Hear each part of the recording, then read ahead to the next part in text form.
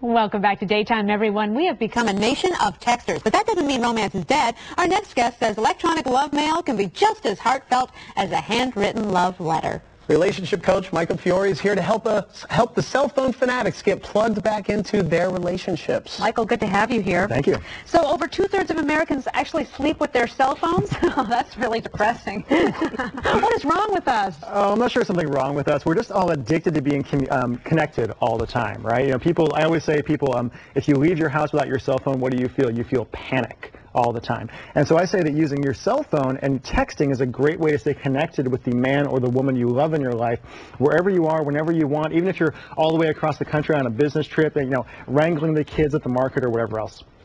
Now, we have a lot of singles in America, Yes, I understand. There was a survey taken, huh? No, there's a few, yeah. 44% of American adults are single. So that would probably attribute to it. To the texting thing? Yeah, I find a lot of people who are single, it's a great way to, people are kind of scared to get on the phone, especially after a first date, right? So I often tell people who are single to use your cell phone and texting as a way right after you have that initial first date to kind of tell the person you were just with what you really loved about that date in the first place. You know, I can still smell you on me, I can still, the thing I...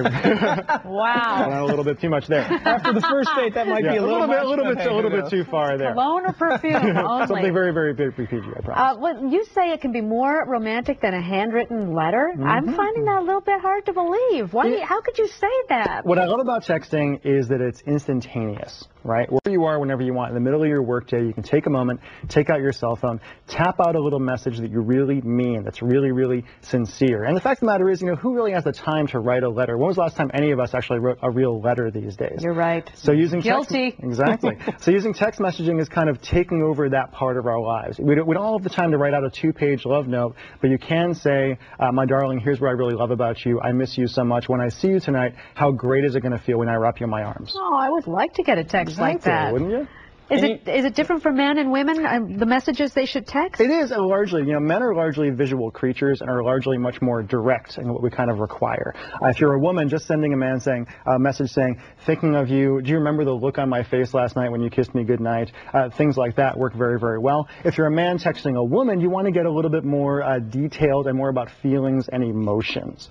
You know, you have no idea how much I love you, how much I appreciate having you in my life, but I'm going to show you tonight. Something like that. Oh my See, gosh. it happens every time. Are you single? I'm afraid not. I'm not. I have a very happy girlfriend. So I bet she is. Yeah. So it goes back to that primal thing where a guy just has to show you. Yeah. Is that kind and of a guy, you know, sometimes guys come to me and they say, Mike, like, I don't want to have to be the one who's running the romance all the time. I'm like, well, suck it up. It's kind of your job as a guy to be the one who is leading the way romantically in a relationship. And it's so powerful. You know, people really don't tell each other how they really feel enough these days. I always say be unapologetically romantic with your partner. You know, forget trying to be cool, forget trying to impress people. Just tell her that you love her. Tell him that you love him. Show them how you feel. I think a little goes a long way, though. If I was getting messages, even from my husband, every 15, 20 minutes, I'd be going, stalky.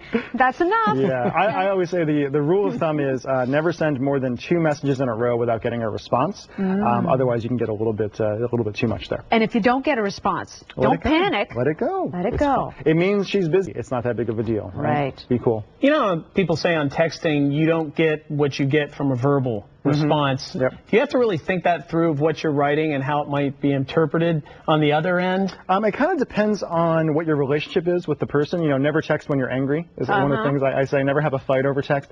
Things or in like all that. Capitals, right? In all capitals. I have people that all the time. It's the entire way. Don't use a lot of see you later kind of thing. But just kind of use sincere, simple language. You don't have to get really, really complicated. You don't have to be a great writer or anything like that. I give away a lot of great texts people can use on my website to be very simply romantic with their partner. And when you talk about men being the visual creatures that they are, that doesn't mean ladies, taking the picture, because he'll open it up in the business meeting and there you'll be. And my rule is never send a picture you wouldn't want your grandmother to see, because she just might see it. I agree. Okay. Relationship coach Michael Fiore, thank you very much. Thank you so much. Thanks for not texting during that interview. We'll be right back with more Daytime.